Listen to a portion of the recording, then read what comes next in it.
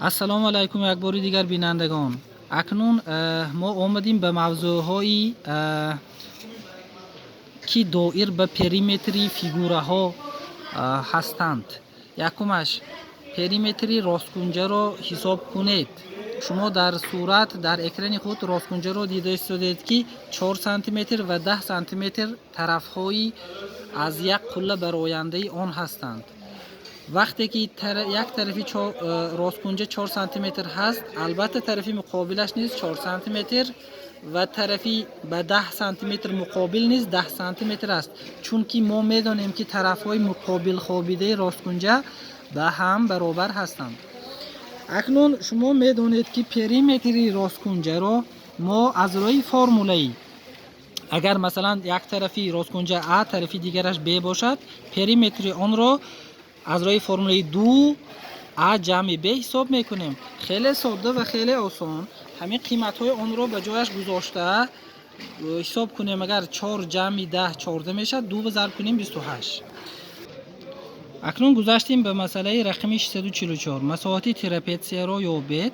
اگر شما اهمیت دیگر ترپیزی خودش چیست؟ این چیز ما میدونیم، خیلی به یک بار دیگر خاطر رسان میکنیم. تکرار مادری دانش. ترپیزی این چارکنجه برجسته ای که فقط دو طرفی به هم مقابلش پارالل هستند ترپیزی نامیده می شود. همین طرف های پارالل را اساس های ترپیزی، دو طرفی دیگر را طرف های پهلویی ترپیزی میگن. اگر 644 رو نگاه کنید، اینجا معلوم که ترپیزی راستگونجه بوده است، یعنی یک طرفش به اساس ها پرپندیکولر است و همین پرپندیکولر بلندی ترپیزی هست همزمان. اکنون فرموله مساحت ترپیزی را یک بار دیگر به خاطرتان میبیارم. اینجا میگوید که مساحت ترپیزی به حاصل ضربی نیم سومه اساس ها، دو اساسی ترپیزی بر بلندی برابر است. همین خیل. اکنون مسئله رقم 644 انده بلندی مویم 5 سانتی متر ده، چون که این پرپندیکولر کو. بنابر همین اگر به جای فرمول بزرگی ها رو به جایش گذاریم اگر و حساب کتاب کنیم 40 متری کواردراتی بوده است. مشق 645 عیناً به مشق 644 مانندی دارد. من میخواهم که 645 برای شما وظیفه خانگی باشد. آن را حل نمایید و در کامنتاری جوابش را به ما نویسید.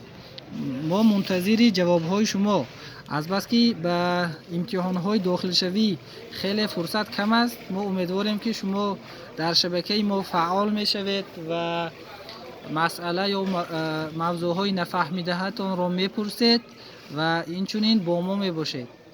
خدا حافظ تا صحبت های دیگر.